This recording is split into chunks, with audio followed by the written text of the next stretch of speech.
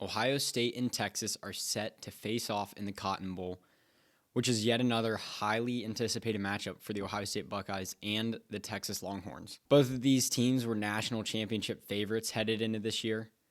And this is also a preview for the first game in 2025 when the Longhorns march into Columbus to face off against the Ohio State Buckeyes. Ohio State is coming off a dominant win against a number one ranked team in Oregon and was up 34-0 at one point, but ended up winning 41-21.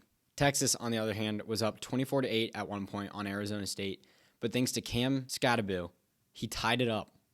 All him. He had a passing touchdown, a rushing touchdown, and did a lot for this Arizona State offense.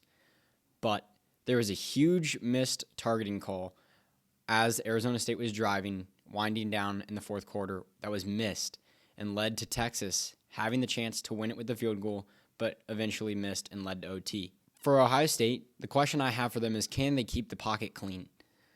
Texas has a great defense, just like Oregon, and it was getting a little sloppy around the second quarter for OSU in the pocket, but they ended up keeping it clean enough for Will Howard to get some time and get off passes when needed. Texas has the fourth most sacks in college football with 43, and that's honestly the biggest question for this offense is, can they keep Will Howard clean in the pocket and let him have time to throw?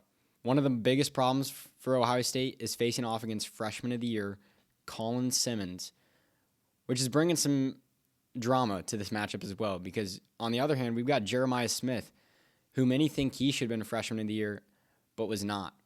So maybe this game will see another breakout game from Jeremiah Smith, showing the voters and everybody else that he should have been freshman of the year. As for Texas, Quinn Ewers, I was critical of him coming into this week. Against Clemson, they didn't win because of passing. They won because of rushing. But this time around, they definitely won because of Quinn. And he did what he needed to win. He was 20 for 30, 322 yards, 3 touchdowns, 1 interception, and 1 rush touchdown. So pretty much all their plays was going through Quinn. So props to him. As we all know, against Ohio State, he's going against his former team, pretty much where they told him he's not good enough to start.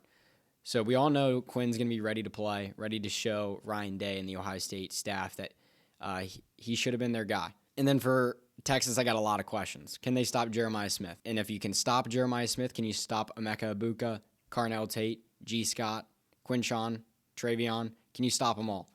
And then if you can stop the offense, can you stop Jack Sawyer, JTT, Caleb Downs, and all the weapons they have? Can they stop them? Because since the Michigan loss, we haven't seen anybody come close to that.